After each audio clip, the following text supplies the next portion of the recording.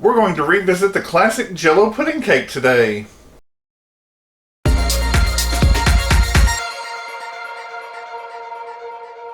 Welcome to Help at Home, your resource for great recipes and easy learning. I'm Jim Hightower. Today we're going to revisit that delicious Jell-o Pudding Cake, and we're going to add some tweaks to it and maybe take one away. So grab your pen and paper. Here come the ingredients. For the crust, you'll need a 1:1 ratio. That's 1.5 sticks melted butter, 1.5 cups flour, and optionally you can add in a cup of pecans.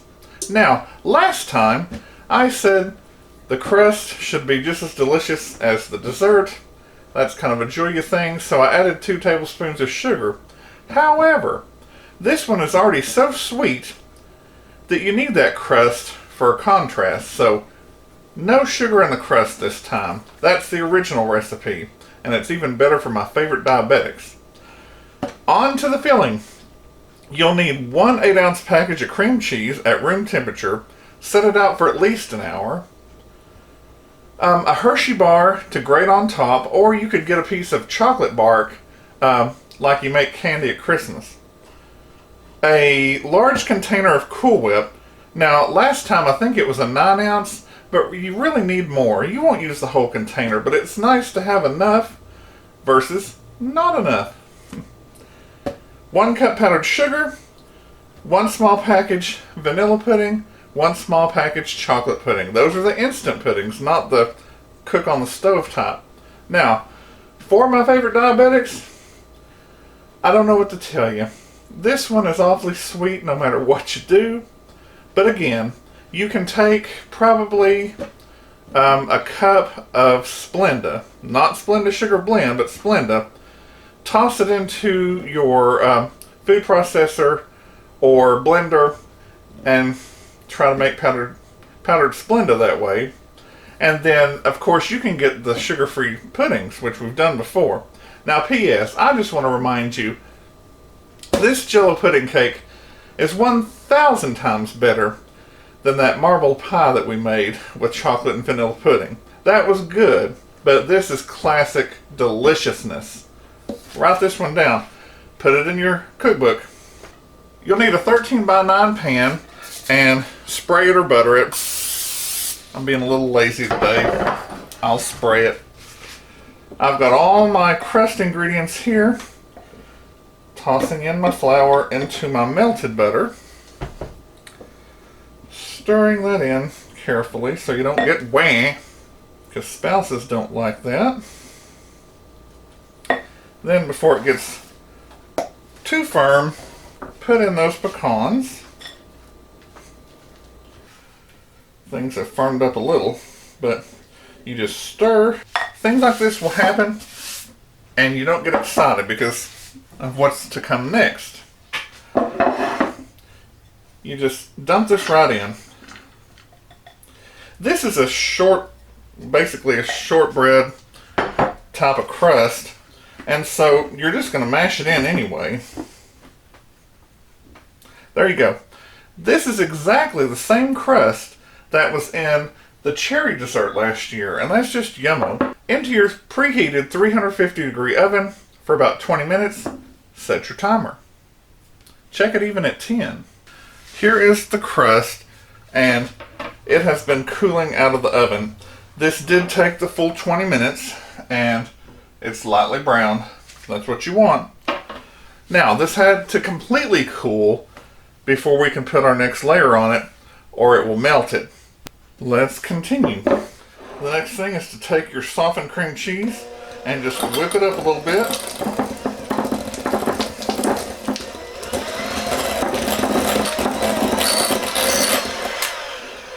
See how easy that is, especially because it's been sitting out probably an hour and a half.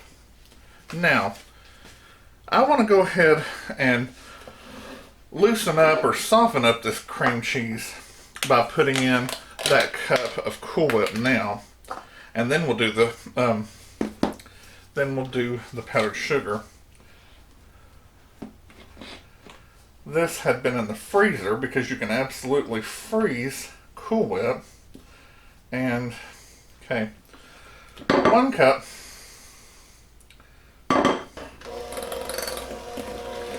I just love these KitchenAid mixers. The stand mixers and the hand mixers have the slow start speed. Okay, then in goes 1 cup powdered sugar, or your makeshift powdered sugar that you made out of Splenda for my diabetics. See, it starts slow and it doesn't splatter or make the powdered sugar go anywhere. So easy. I got a little bit.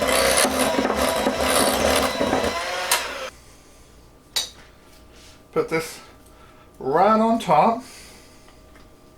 A little hard to hold here.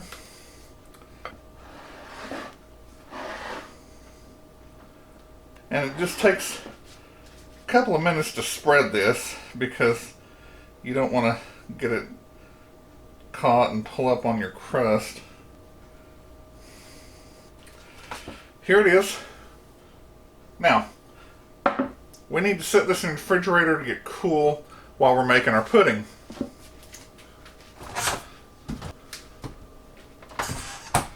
Next thing, I have my package of chocolate pudding in here.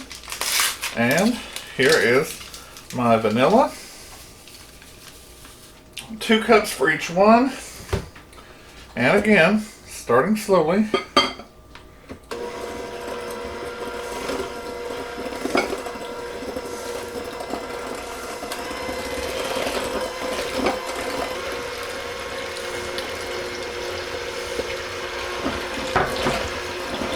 And be sure and follow the directions on the box. You need to mix this for 2 minutes.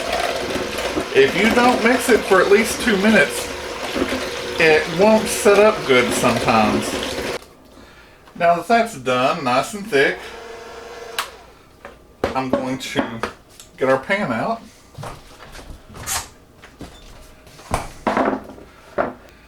And just pour it right on top.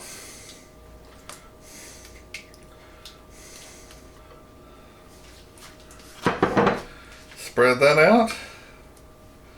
In fact, you could probably do something like that.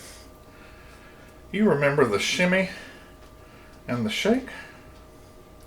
Alright, we're going to let that chill for about 30 minutes. The reason we want to chill that pudding is so that it'll set up a little bit, get a little firm, so that when we put the final Cool Whip on top, it'll stay white, the pudding won't move so much, and have white and chocolate. Alright, this has been sitting for about 30 minutes, and now, see how much we have left? This was a 16-ounce tub of Cool Whip. And what I'm going to do is go around and just kind of dot it on here so that you don't have to put a whole lot of stress on that pudding. And then you just carefully spread it. Run all your little dabs together. Just adding some extra. It softens up awfully quickly, so that didn't take long. This is my second tip. Don't just use a 9-ounce carton of Cool Whip. Get the 16-ounce. The very last thing we do is get either a chocolate bar, a Hershey's, or a piece of this chocolate candy bark, and you just grate it across the top. And it makes a very pretty contrast to that white Cool Whip.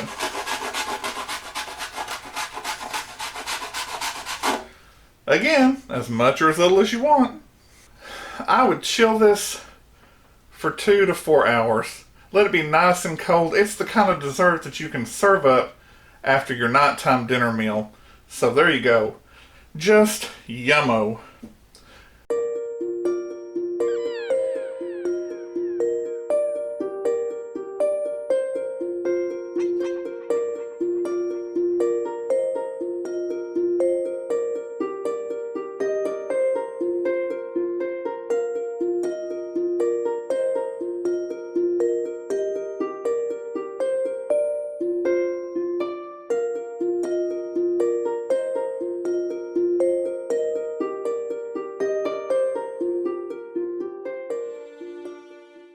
If you like this recipe for delicious Jell-o pudding cake, tweaked to perfection, a classic from the old days, give it a thumbs up.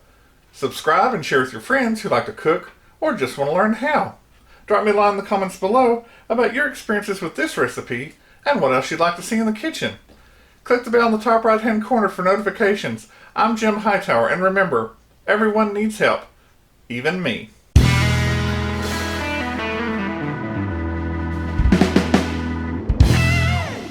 We're going to for the crust, 1 stick flopper. Welcome to Help at Home, your resource. If you like this recipe for and what else you'd like to see in the kitchen, click the bell on the top. Click the bell.